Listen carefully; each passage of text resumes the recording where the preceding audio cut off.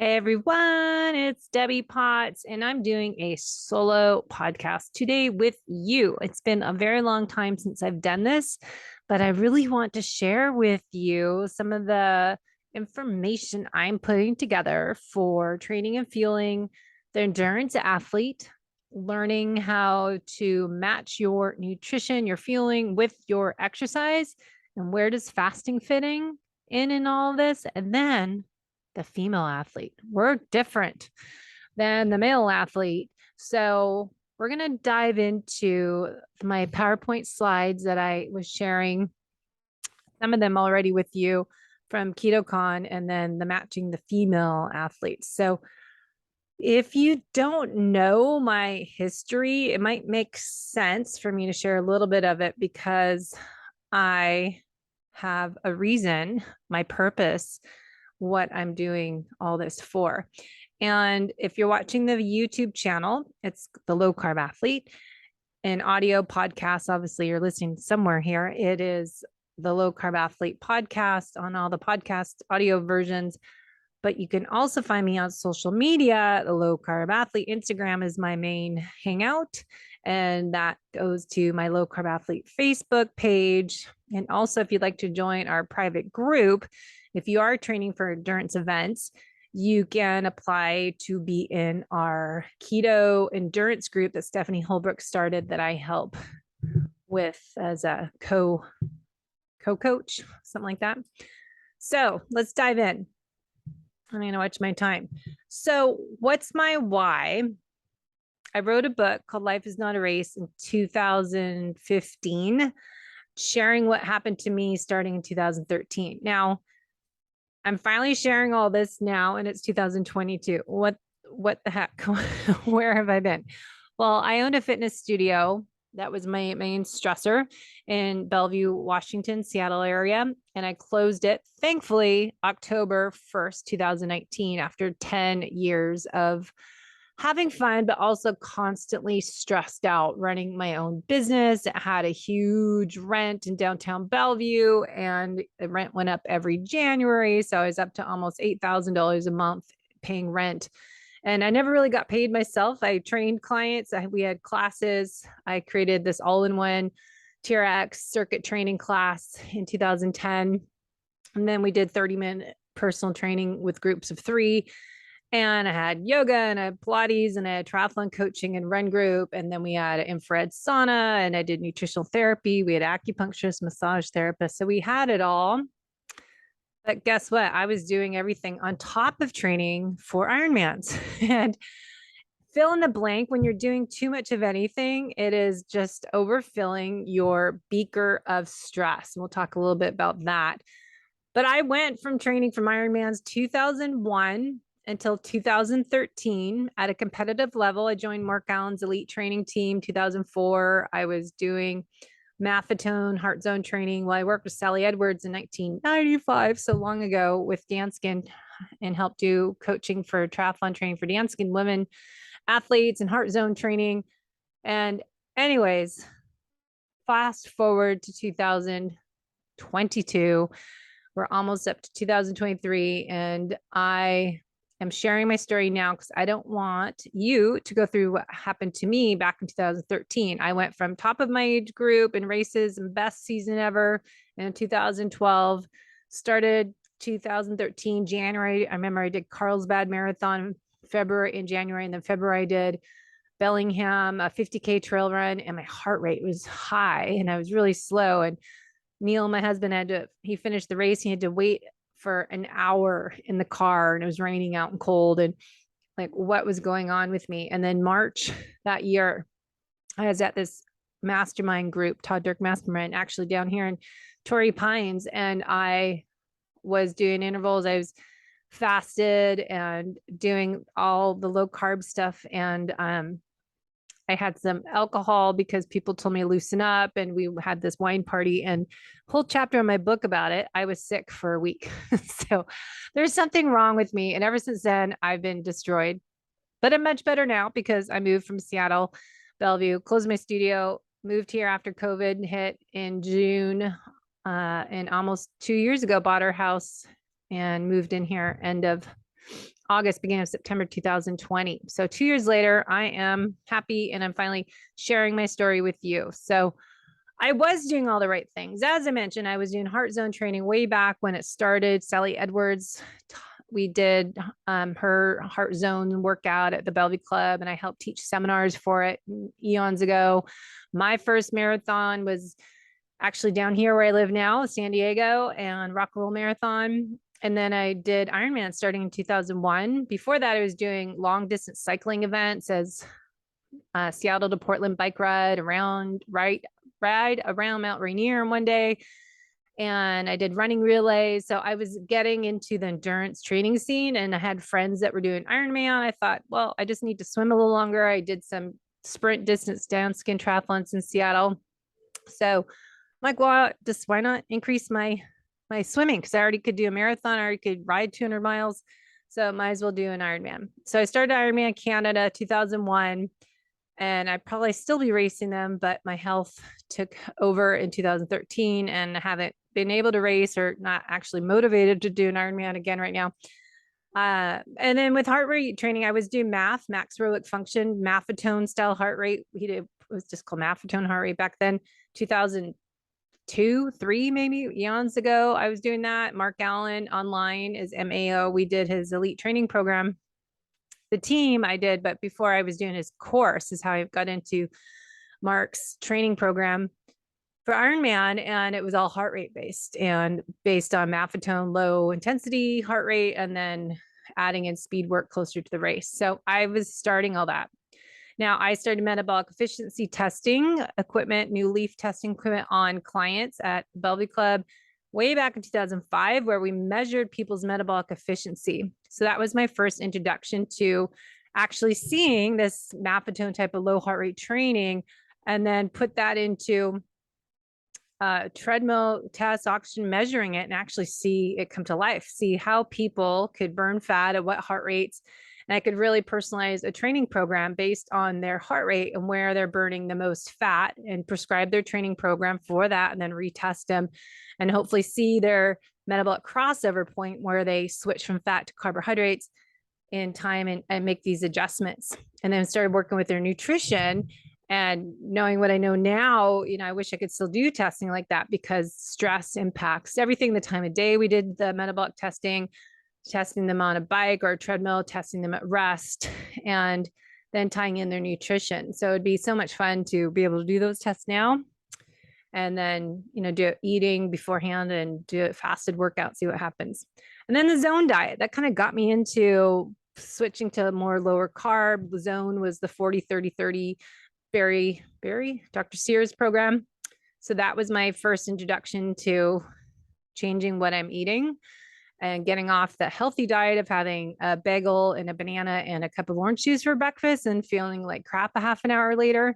So I quickly figured out that did not work for my body. I'm very carb sensitive.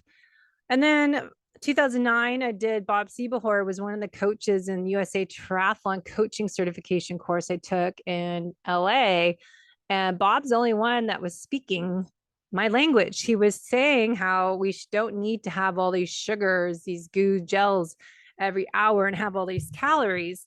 Well, as I shared in my book, Life is Not a Race, I was already experimenting with this journey of not eating and going to work out and trying to switch to more fasted exercise and eating more fats. And then I think I don't know what year it was when I got into the bulletproof coffee came out. I was drinking that. I was doing fasted workouts. So I started all this a long time ago.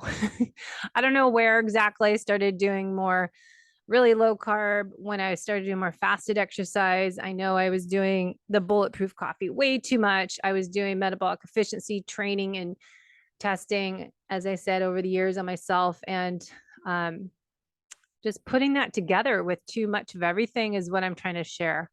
I was doing all the right things, but 2013 hit. After these pictures on the slide, this is from Ironman Hanu 70.3 in 2012. My husband Neil and I both did it. And then there's me 70.3 World Championship in Vegas. That year was so hot. And I did that race. Then a month later, I did Ironman Canada before that, then 70.3 Worlds. And then I did Ironman Hawaii World Championship, and I always did push-ups at the finish line. That's not the best form of push-up, but I attempted to do push-ups for how many I did. So my last year there, I did 15 sort of push-ups at the finish line. But as I said, lessons learned, I gained 30 pounds that 2013. I did nothing different. I couldn't exercise. I was tired. I was exhausted. I couldn't sleep at night. I'd be that wide awake at 2 a.m, not being able to exercise because I was so tired. And then I'd be wired at night when I'm supposed to be sleeping. It was just this constant stress and depression because I couldn't do what I wanted to do. And then even more depression because my body was changing. I like to be fit and lean and strong. And I was just getting fat, and I had nothing to do with what I was eating or what my training was.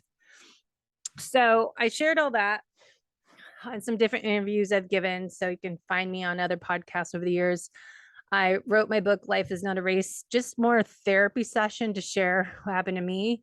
And I've written many ebooks. So if you go to debbiepotts.net, you can find a lot of my ebooks. The new one's coming out soon on the female athletes, training and fueling for the female hormone cycle.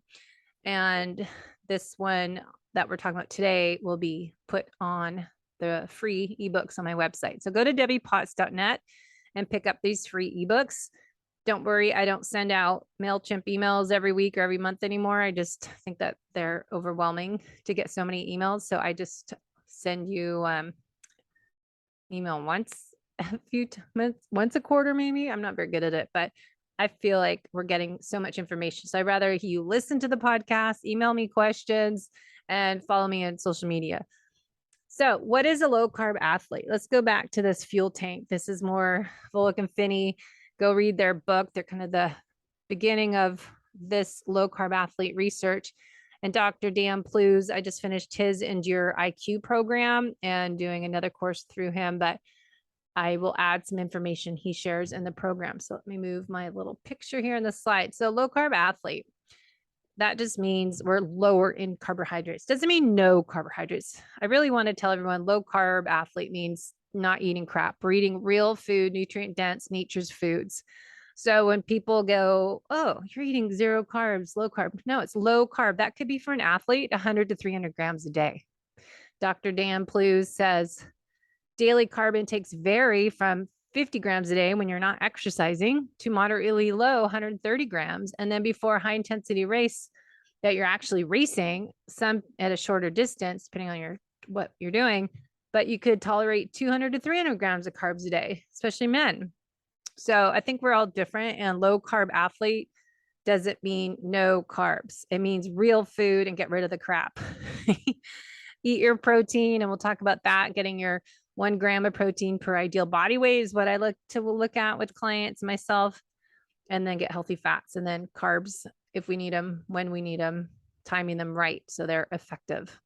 So what does metabolic flexibility mean? We talk about that all the time over the years.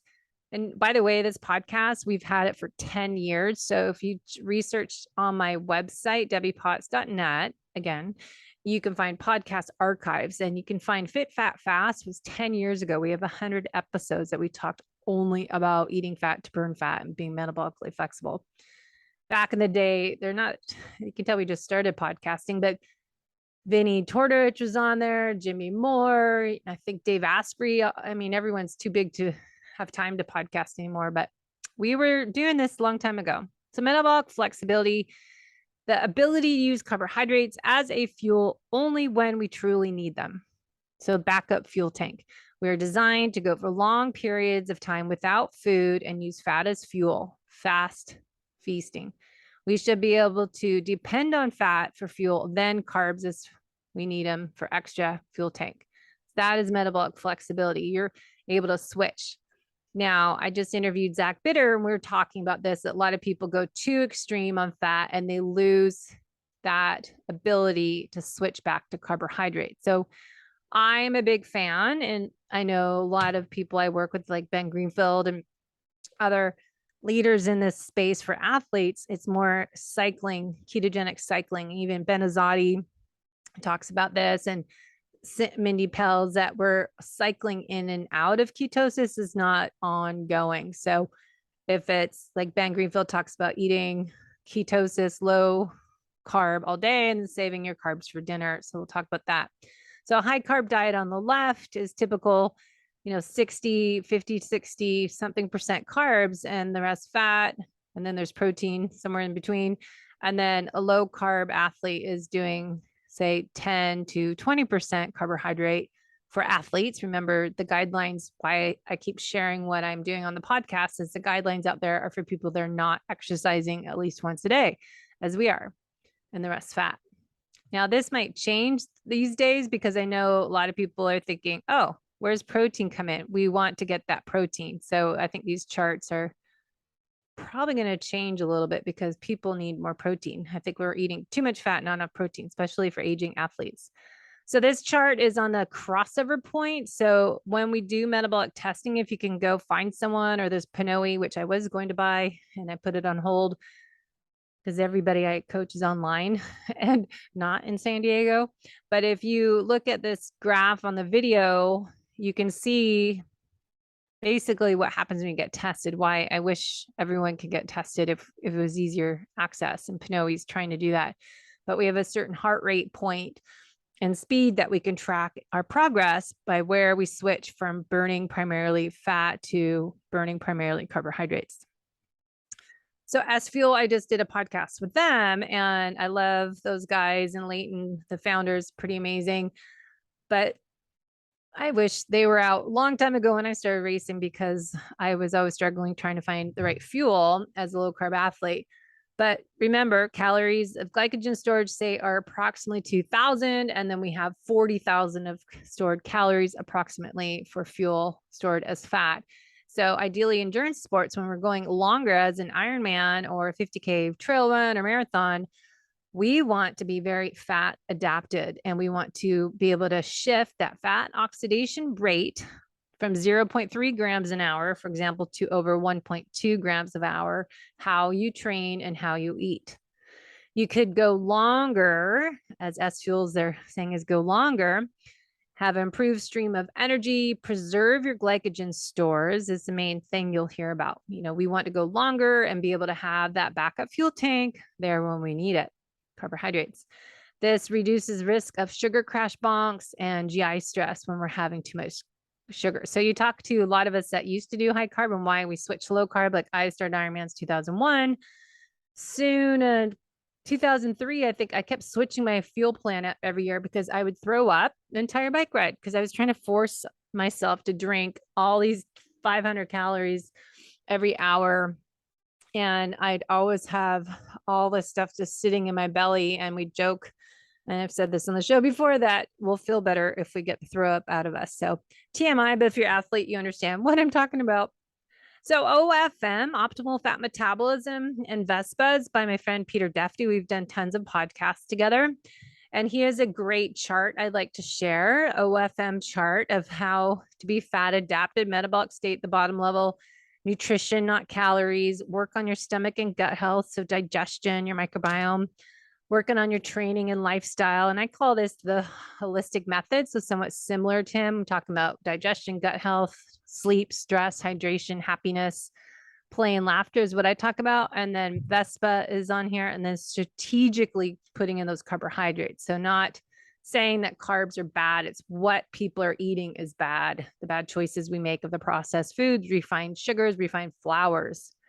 So Peter talks about on their website, OFM, bioindividuality and how one size does not fit all when it comes to sports nutrition.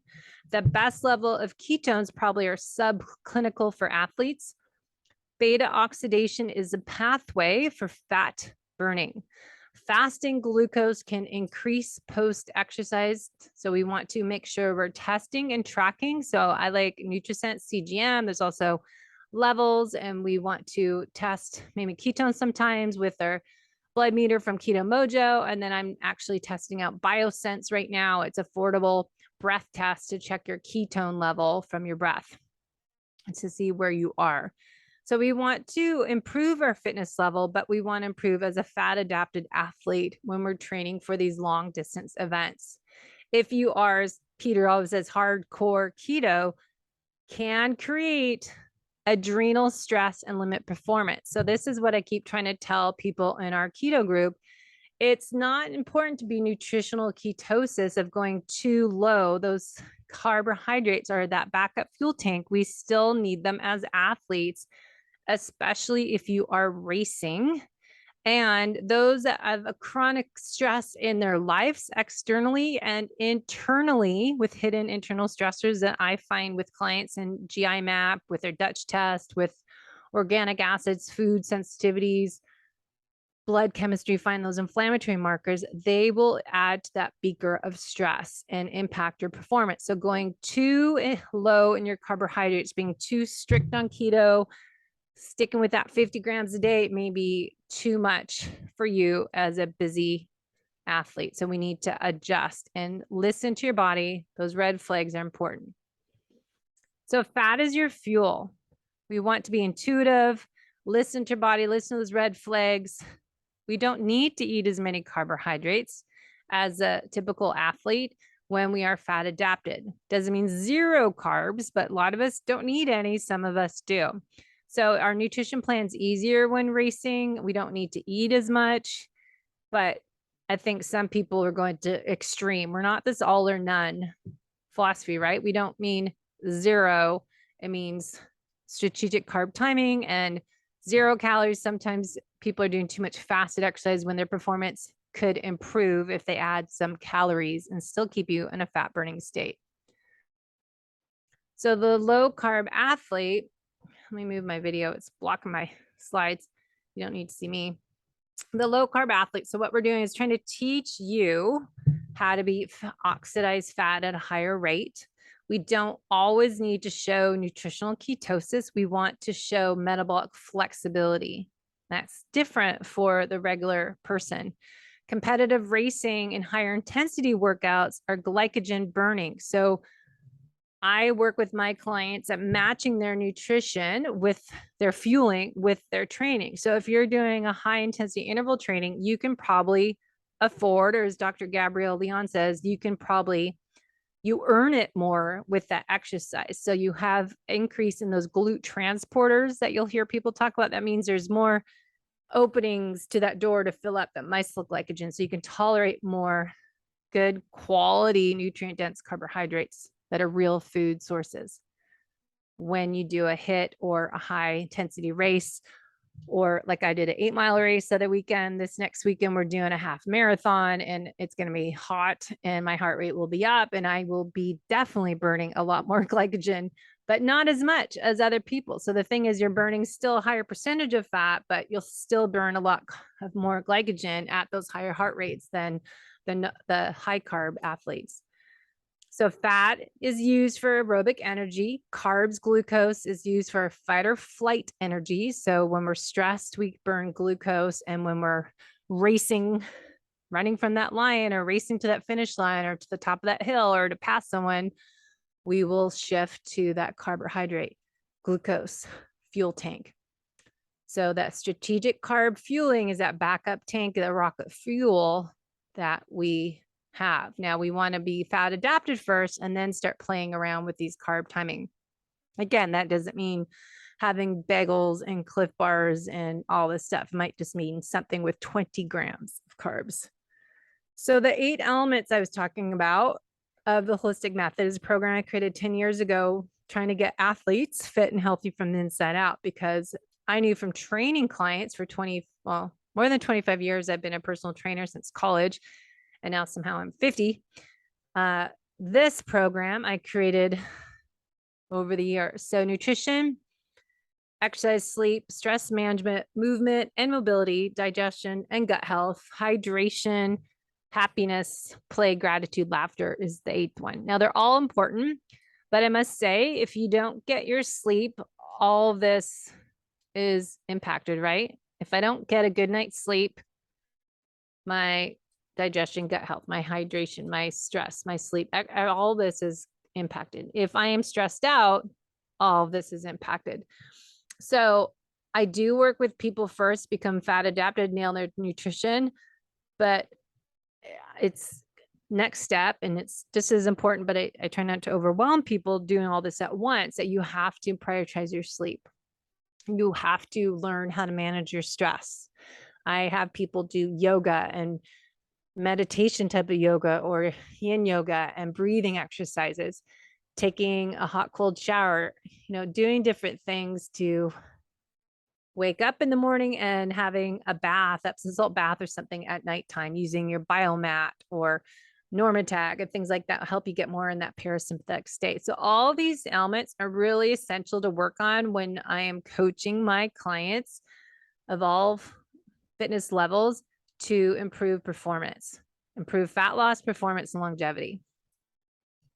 Now, nutrition is important. Obviously, I just said I'll start people in a 3-phase program, kind of a jumpstart 5-day, 21-day detox and digestive reset, and then transition to maintenance, where we do kind of cyclical keto, 80-20%, like you're 5 days on, 1 day off, 1 day fast type of thing.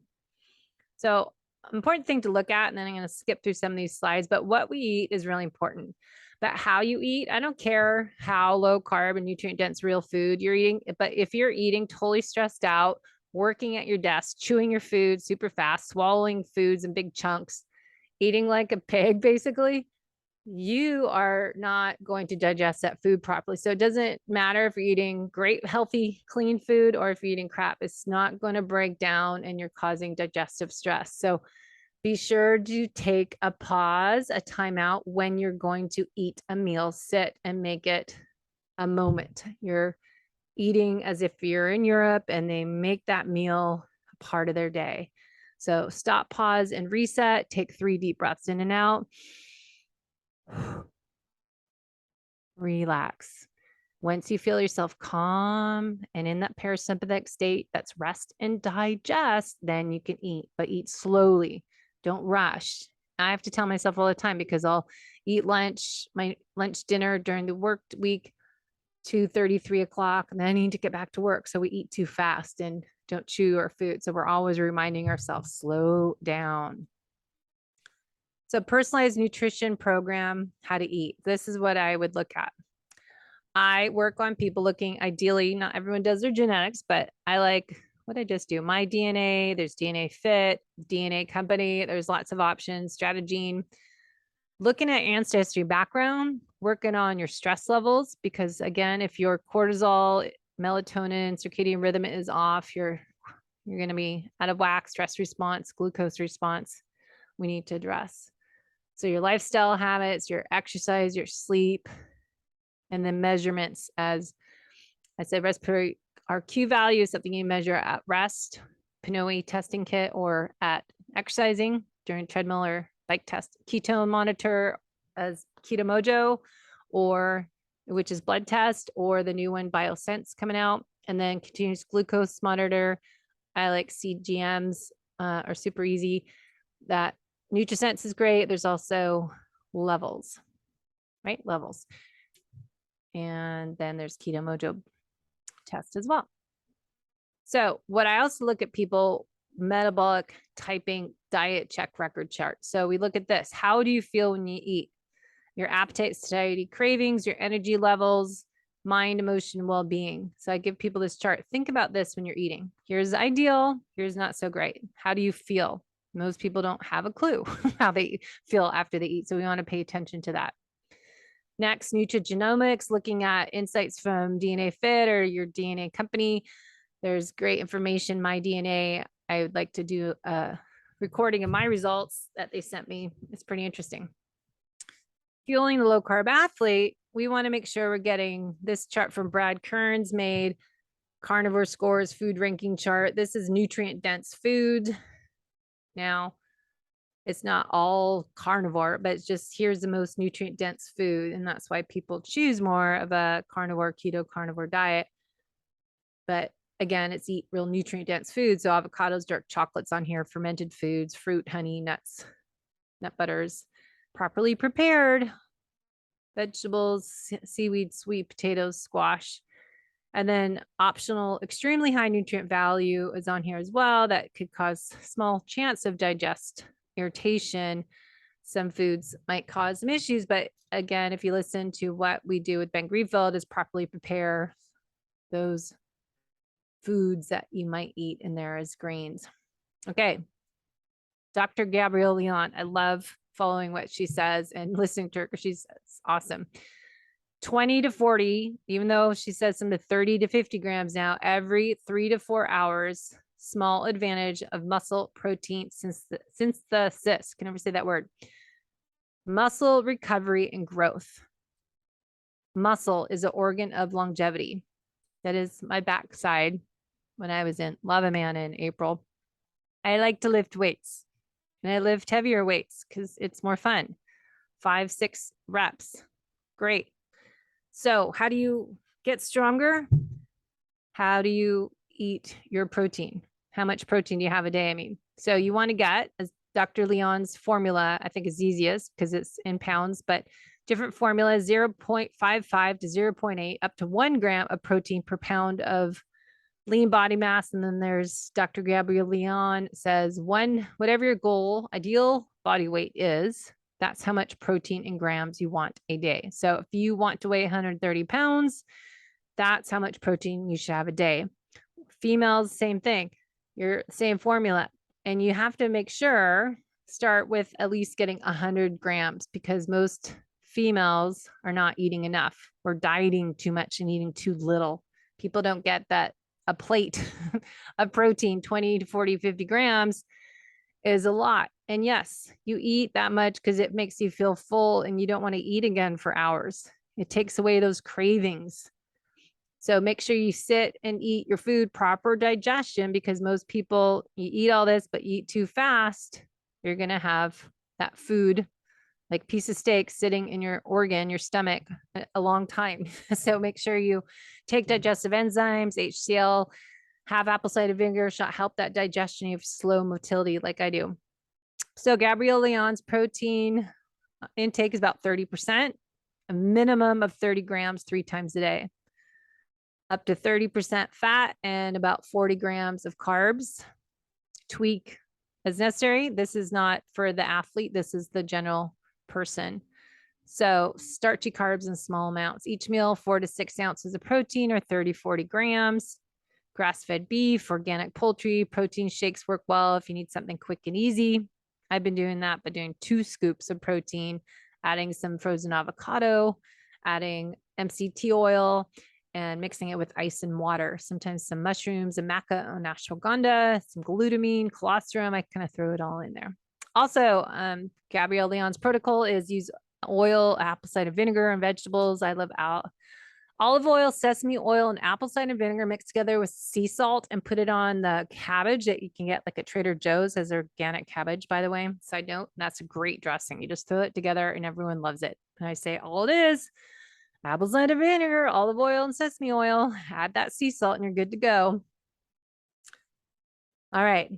So what to look at? We want to look at mixing up your eating plan. Dr. Anna Quebec has her great new book, Menu Pause. It's not just for females, but men as well. But there's 6-day food plan variations. So maybe you do carnivore for 6 days, or maybe you do it a month, but then switch it up. And maybe you do a AIP program where you eliminate eggs and dairy and what else is there? Soy, corn, all the inflammatory foods. Track your ketones, track your sleep, your heart rate variability, aura, Whoop. There's new heart rate variability coming out, test with, oh my gosh, Dr. J. Wiles.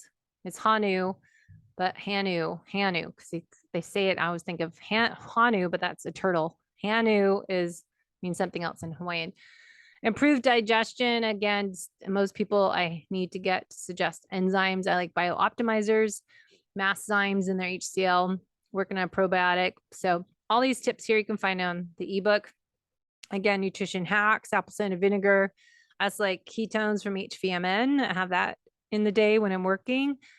K-Pax from Biooptimizers, really good for fat digestion. And it also helps keep you full. Have it early in the day.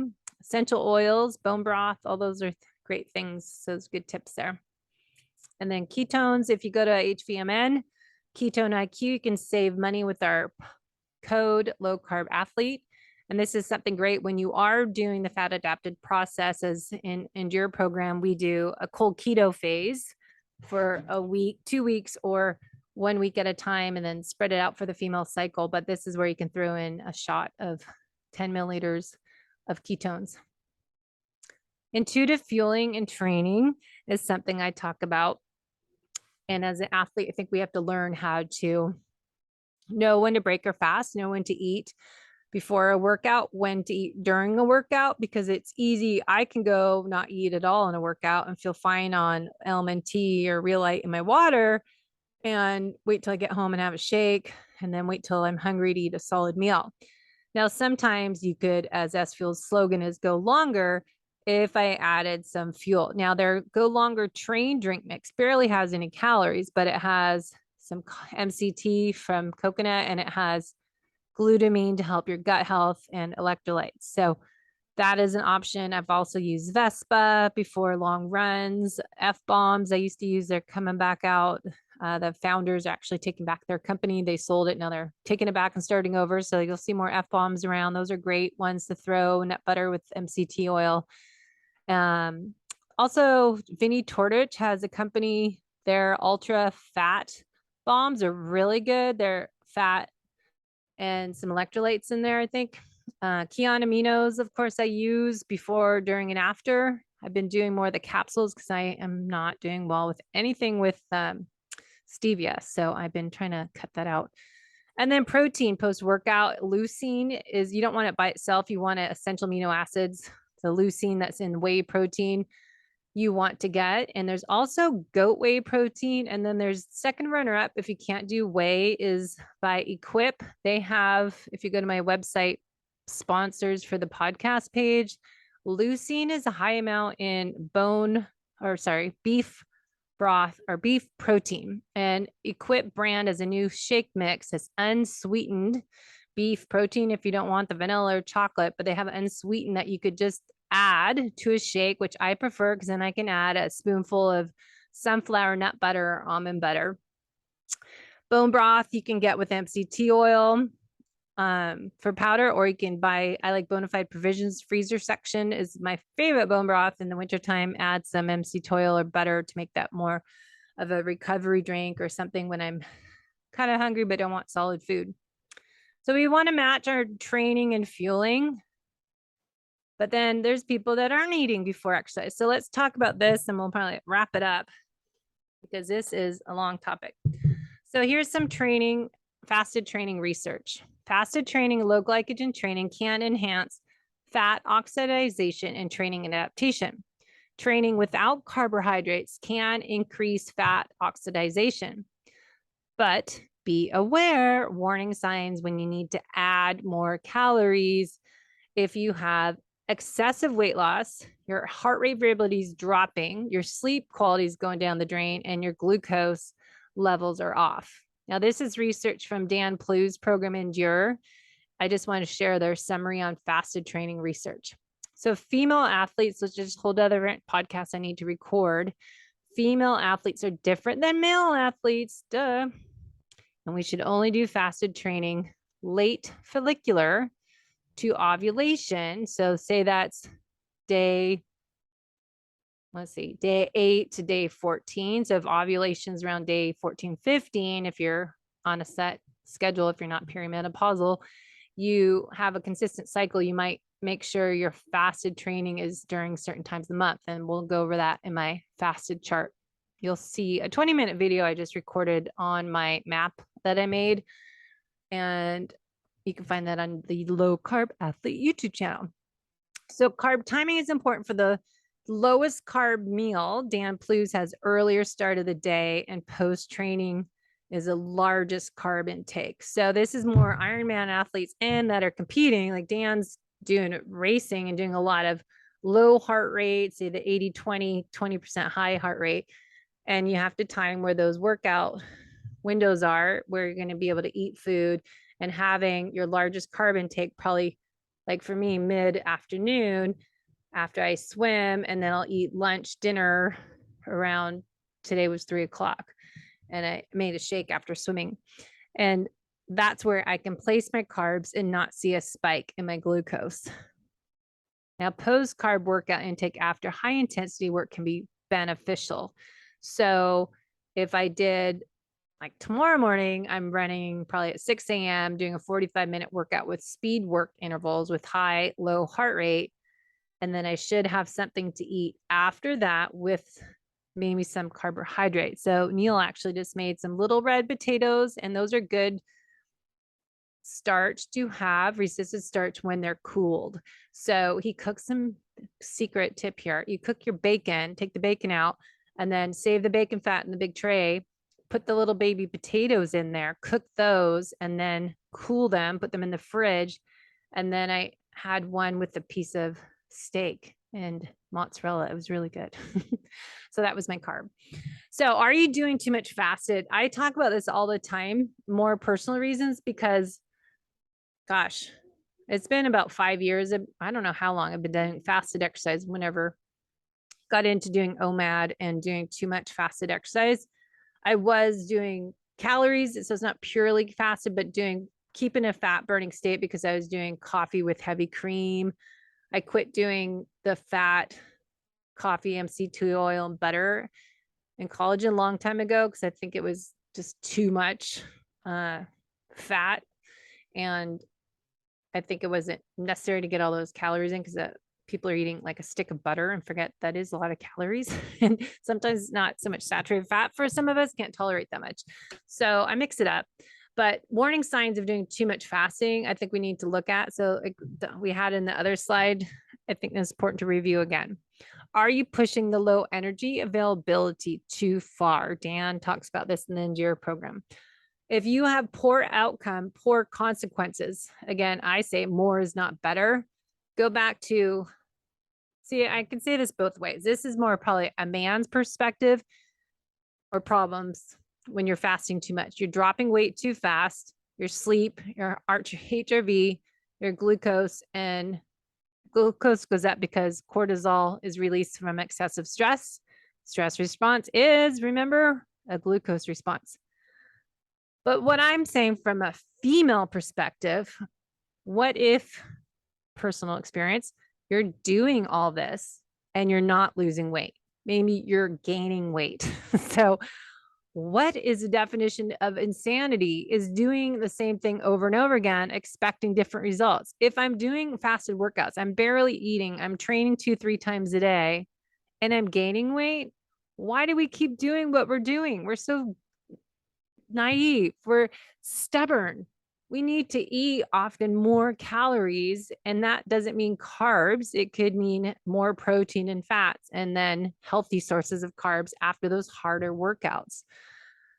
But I think we're just doing too much. And I'm really was interested in the podcast I did with Dan Feldman on his energy, looking at, are you metabolizing your food right? Are you getting energy from your food that you're eating? And are we doing too much of everything? Because I've said that for a long time, maybe in my internal voice, but are we doing too much fasted exercise?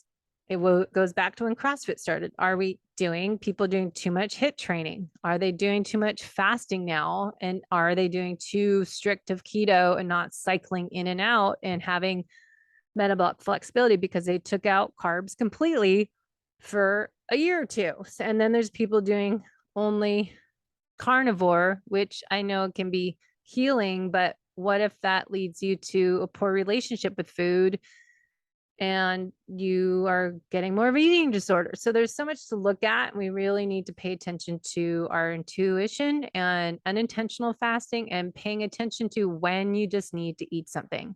And it doesn't need to be something crappy. It could be healthy foods that are like avocado and what I have this morning, avocado and grilled chicken and the sliced mozzarella. And we had fermented, locally made sourdough bread with olive oil and sea salt. And I had avocado toast because I did 2 workouts so I could do it. And it was great. But it wasn't a grocery store sourdough bread. It had to be freshly made, fermented. That's only good for like 2 days before it's rock hard. Okay, tips for fasted workouts. If you are going to eat something, I've been using Laird's superfoods unsweetened creamer in my coffee in the morning with cinnamon. So it has some mushroom adaptogens. So that's something that's some calories. It still keeps me burning fat.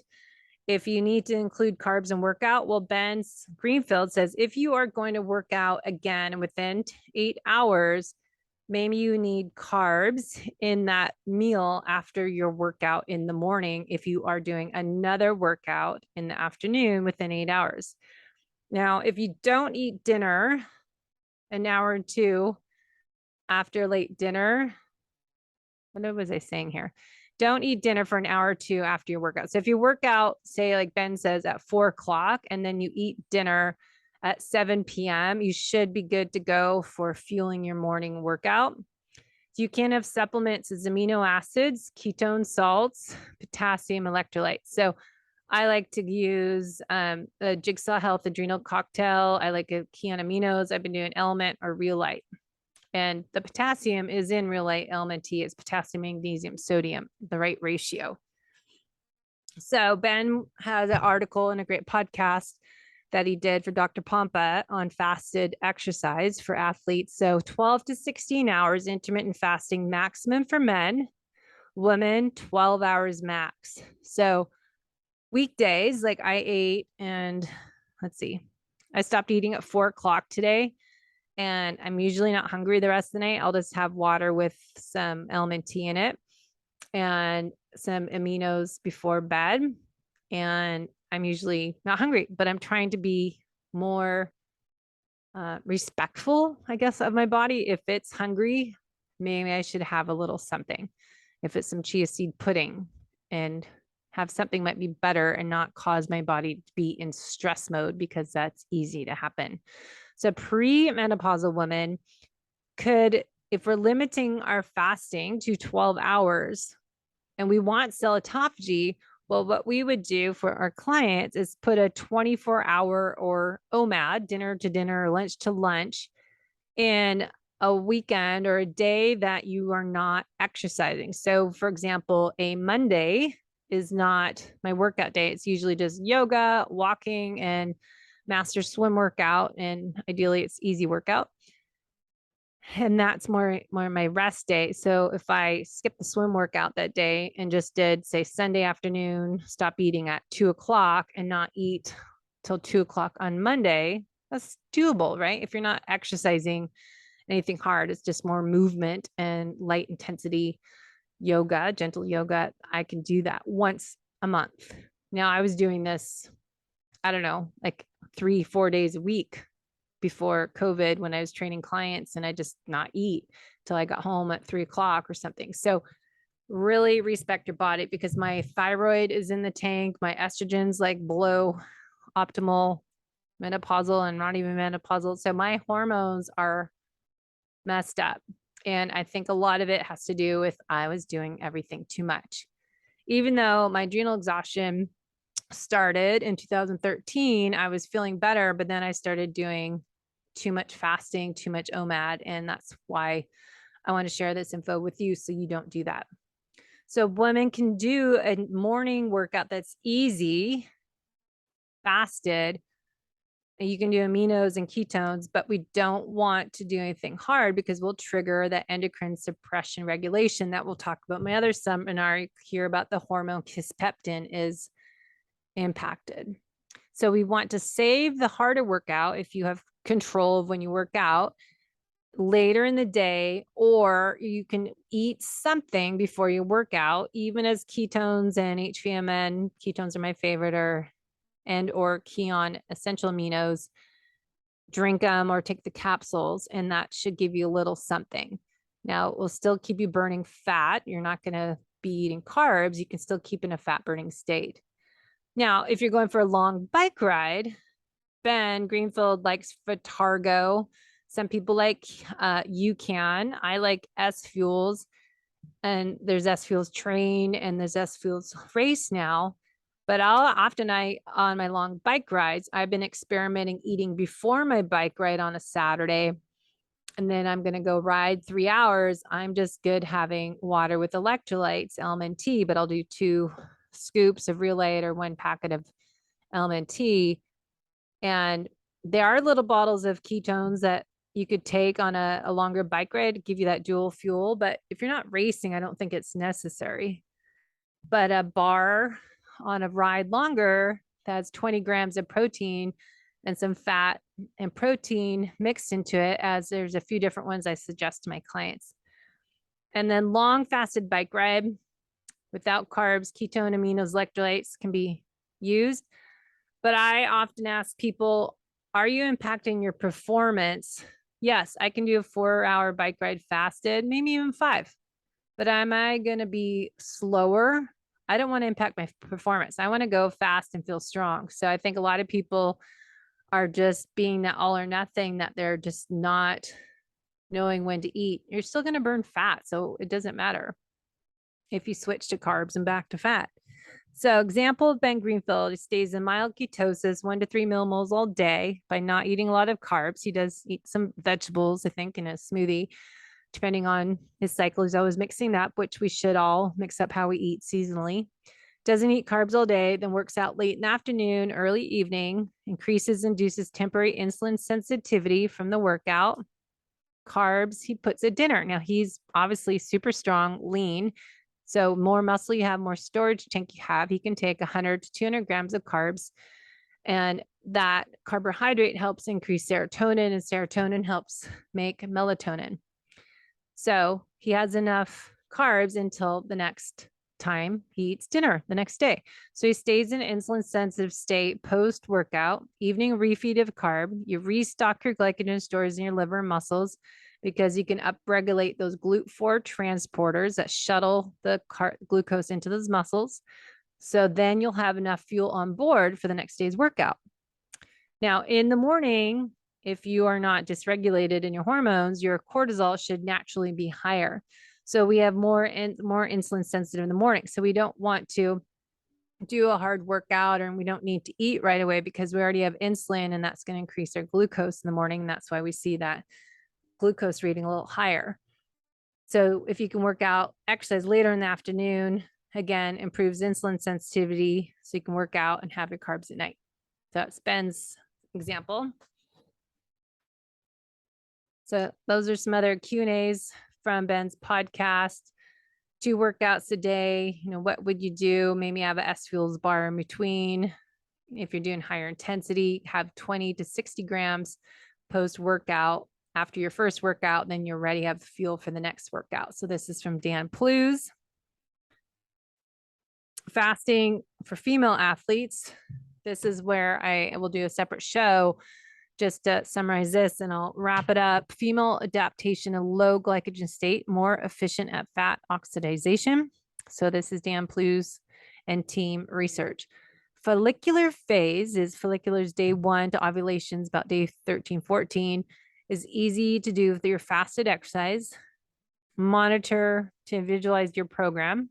Limit your fasted exercise 2 to 3 times a week, only on days 17 to 14 of your cycle. So 2 to 3 times a week. That's out of the whole month. So days 7 to 14, you can do fasted exercise is the ideal days. Other than that, it's probably good to have something, which can be still fat burning. Remember, putting that MCT oil collagen in your coffee is causing calories, which would not be a fasted exercise. So fasted means black coffee, tea, water. High energy intake with high energy output. So variations within the energy flex with our hormone cycle. So we want to match our fueling and training. So when we have a high energy intake, when we have high energy output. So match your higher intensity exercise. We want to get the right energy nutrients in. We have low energy input and output in the luteal phase, so the end of your cycle. You kind of already know it, females, that you probably feel a little sluggish before your cycle begins. So we want to limit fasted training. We want to monitor our mood. We want to check our heart rate variability and our sleep for stressors. Now, I made this great chart. You have to go back and watch my 20-minute video I did. I took information from Dr. Mindy Pelz. She has a new book coming out called Fasting Like a Girl. Info from Cynthia Thurlow. I've listened to Ben Azadi and my friend Dr. Anna Kabeka, and talked to NutriSense, and I read up on Aura Ring blogs. And there is a reason, if you read or watch your Oura ring score in your luteal phase, body temperature goes up, heart rate variability goes down. My heart rate was higher. So HRV down, heart rate higher, I'm more sympathetic nervous system. So there's your body's more stressed out fight or flight state. So your mood's going to be impacted, more anxious, and our sleep might be harder because our body temperature's up. So I've been tracking all this with the Oura ring, and make sure you're doing that. Use Flow app, mark on Training Peaks. I'm creating a Training Peaks program people can buy and put into their own schedules to map out their hormones and map your workouts based on the day of the month. So pretty cool stuff. And my friend Erin Carson is supposed to help me write the strength training program that we'll do together, videos. So lastly, best time to increase in fat oxidation and reduce carbs for female athletes is late follicular phase and early ovulation. So this is when we're doing the fat adaptation program that Dan Pleuse talks about, the cold keto phase. We do 2-week blocks of cold keto phase. So we'll switch it up to during late follicular phase. So like the week after your menstrual cycle ends, and to early ovulation. So we want to time that. So I keep saying last slide, but I'll finish the female part. But women are more sensitive to lack of food signaling than men. That's kisspeptin hormone. Large amounts of long fasted training sessions need to be managed for female athletes. My mentor, Ben Greenfield, says when lean, active women overdo fasted exercise or do extremely glycogen depleted exercise sessions in a completely fasted state, especially after overnight fast, you tend to see a drop in hormone production. And I know, ladies, I'm with you. This is so hard because I'm not hungry. When you're fat adapted, you're in ketosis, you're not hungry. You don't have those cravings anymore. You just don't want to eat. So having some calories in your coffee or tea, if you don't drink coffee, can help you have a little bit in there. So like Trader Joe's has unsweetened collagen you can add in your coffee. You can add some MCT oil, add Laird's coffee creamer. It's non-dairy with the mushroom adaptogens. So that's my secret tip. It is one of our ancestral mechanisms where nature doesn't want starved people who are hungry running from lions to make babies. We down-regulate a lot of these hormones responsible for fertility. And that's kisspeptin hormone. This is why Dr. Stacy Sims doesn't like female athletes doing fasted exercise. This is why you'll hear a lot of people, functional medicine, say fasted exercise for athletes, female athletes is not ideal. It doesn't mean you need to go eat a bunch of processed foods, flours, and sugars. It means just add a little bit of something before you eat so your body is not in stress mode. I do believe this is what happened to me. I don't know, before 2013, I was chronically stressed. If I wasn't eating enough, I'd go long time and not eat anything but some fat and probably not enough protein or carbs. I was very carb phobic for a long time. So be careful. Going back to Ben, ideal day, light exercise before breakfast, easy walk. That is what fasted exercise should be when we coach Ben Greenfield clients in our programs. Light exercise, nothing hard. Finish that with a shower, with a cold shower, or if you can, a cold soaked tub. Eat your breakfast. I like to have a shake or something first. Wait until early afternoon, early evening to have your harder workout session when your body's more primed. If you look at your chronotype chart, wait 1 to 2 hours to eat after your workout, but be done eating 3 hours before bedtime. That's my rule. So I go to bed early, 8 o'clock, because I get up at 4:45 because I go to the gym at 5:10 a.m. because it takes me 20 minutes to get there. I back that up, stop eating. So I tell my clients kitchen closed at 7 p.m. No eating after that. You should be in bed by 10. So for sure you should be done eating at 7. For me, it's 4 o'clock. but I'm trying to honor my body. If it didn't get enough calories that day because I didn't eat enough and I worked out more, I should eat something. So that's something I'm working on myself. So that's where I'm going to stop. We'll move this phase 2 another time, but I'd love to hear from you. If you have any questions, comments, feedback, if you want to hear more of this, let me know. I'll record more.